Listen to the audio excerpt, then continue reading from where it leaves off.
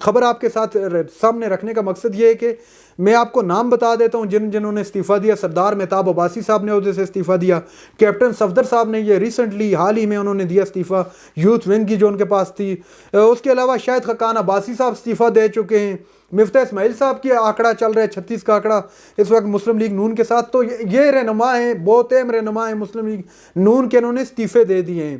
تو کیا اس کو بغاوت کہیں, اس کو یہ کہہ سکتے ہیں کہ مینج نہیں ہو پا رہا ان سے, یا کیا یہ معاملہ, آپ خود فیصلہ کریں اس کو خبر کو سن کے.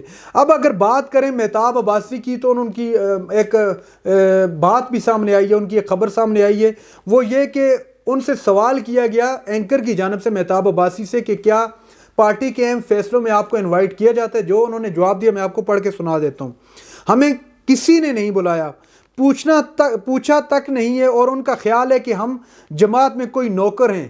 اب ذرا غور کیجئے, مہتاب عباسی صاحب بڑے پرانے سیاسی نے اپنا کس سے مسلم لیگ نواز دے, تے یہ بات وہ کر رہے ہیں. وہ کہہ رہے ہیں کہ ہمیں نوکر سمجھا جا رہا ہے, بھی ان کے غلام سمجھا جا رہا ہے. میں لب و لباب آپ کو بتا رہا ہوں, جو ہاتھ باندھ کے ان کے پیچھے کھڑے ہو جائیں. تو یہ بیان دیا مہتاب عباسی صاحب نے, چونکہ یہ بیان سے ایسا لگ رہا تھا اکتائے ہوئے ہیں کافی. کیپٹن صفدر نے جو بیان دیا انہوں نے بھی لگتا ہے کہ دل کی بڑاس نکالی ہے. بیان میں نے پچھلی ولاگ کے اندر سارا کا سارا بیان آپ پڑھ کے سنایا, آپ وہ ولاگ دیکھ سکتے ہیں جا کے. اب بات کرتے ہیں جی عظمیٰ بخاری صاحب کا رد عمل بھی آیا اس پہ ایک, وہ منصور علی خان کے پروگرام میں آئی تھی.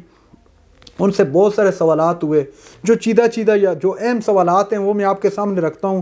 ان سے سوال کیا گیا مہتاب عباسی کے حوالے سے, چونکہ بیان آپ کو سنایا تو اب اس کا رد عمل بھی آپ کو بتا دیتے ہیں کہ مہتاب عباسی کو کیا فیصلوں میں شامل نہیں کیا جاتا. ان سے سوال کیا گیا مریم عظمیٰ بخاری صاحبہ سے, منصور علی خان صاحب نے سوال کیا, تو جس پر انہوں نے کہا مہتاب عباسی کو بالکل اعتماد میں لیا جاتا ہے, جو اہم فیصلے ہیں جو پارٹی کی میٹنگ ہیں ان میں کو لیا جاتا ہے, لیکن جو ان کا اصل مسئلہ ہے, جو ان کا مسائل چل رہے ہیں وہ امیر مقام صاحب کے ساتھ چل رہے ہیں. یہ عظمیٰ بخاری صاحبہ نے کہا, اور کہا کہ کیا منصور علی خان صاحب نے پوچھا کہ کیا اب ان کو منانے کی کوشش ہوگی, تو جس پر عظمیٰ بخاری صاحبہ نے کہا جی ہاں بالکل, کیوں نہیں, کوشش تو بالکل ہوگی.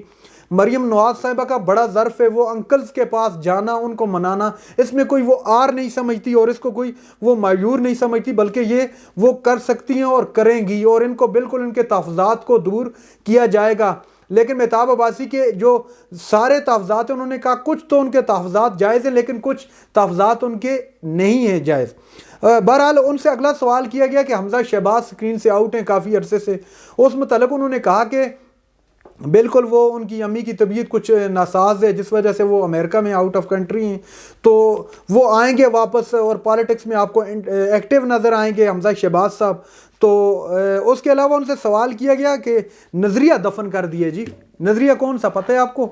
دراصل میں نظریہ وہی نظریہ جس کی بات کل کیپٹن صفدر نے کی کہ مسلم لیگ نواز کا ایک نعرہ تھا ووٹ کو عزت دو, تو جس پر کیپٹن صفدر نے کہا جب ایکسٹینشن دی جا رہی تھی چیف آف آرمی سٹاف کو, تو اس وقت جو ووٹ دیا تھا ایکسٹینشن کے لیے مسلم لیگ نواز نے, تو اس وقت یہ نعرہ یہ نظریہ دفن کر دیا تھا. اس سوال پر بڑا چبھا یہ سوال عظمیٰ بخاری صاحبہ کو. انہوں نے کہا جی بالکل ایسی بات نہیں ہے, نظریہ کہیں نہیں گیا, کہیں دفن نہیں ہوا. ہاں جب ایکسٹینشن دی جا رہی تھی اس وقت پارٹی میں دو سوچیں ضرور پائی جاتی تھی, کچھ کہہ رہے تھے کہ دینا چاہیے ووٹ اور کچھ کہہ رہے تھے کہ ووٹ نہیں دینا چاہیے, لیکن بالآخر پارٹی نے یہ فیصلہ کیا کہ ووٹ بالکل ان کو دینا چاہیے, جس پر پھر سب کو لبیک کہنا پڑا. تو اس طرح کی کوئی بات نہیں ہے, ہمارا نظریہ ہمارا وہ نعرہ ہمارا وہ بیانیہ جو ہے ابھی تک دفن نہیں ہوا. تو یہ میرے خیال سے جو بیان سے ان کے بیان سے لگ رہا تھا کہ یہ کیپٹن صفدر صاحب کو بھی رپلائی اس طرح سے, وہ ان کی کچھ اور سوچ ہے اور ان کی کچھ اور سوچ ہے, ان کو بھی ایک طرح سے کھری کھری سنا دی کہ جناب ابھی تک دفن نہیں ہوا, ہم اپنے نظریے پر اپنے اس نعرے پر قائم ہیں. اگر بات کی جائے الیکشن کمیشن کے حوالے سے, تو الیکشن کمیشن کو چونکہ لاہور ہائی کورٹ نے ایک بڑا فیصلہ صادر فرمایا ہے کہ 90 دن کے اندر آپ کو ہر حال میں الیکشن کروانا ہوں گے. اب دیکھنا ہوگا کہ کیا الیکشن کمیشن وہ اپنی ذمہ داری پوری کر پاتا ہے یا وہ نہیں کرتا, الیکشن کی ڈیٹ اناؤنس نہیں کرتا. بہرحال رانا ثناءاللہ صاحب نے پھر یہاں سے بھی ایک رائے فرار اختیار کی ہے.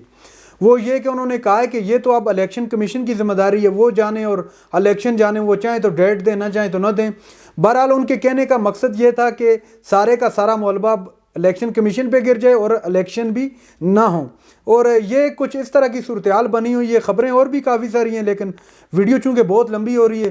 آج تک اتنا ہی. اگلی ویڈیو تک کے لیے اللہ حافظ.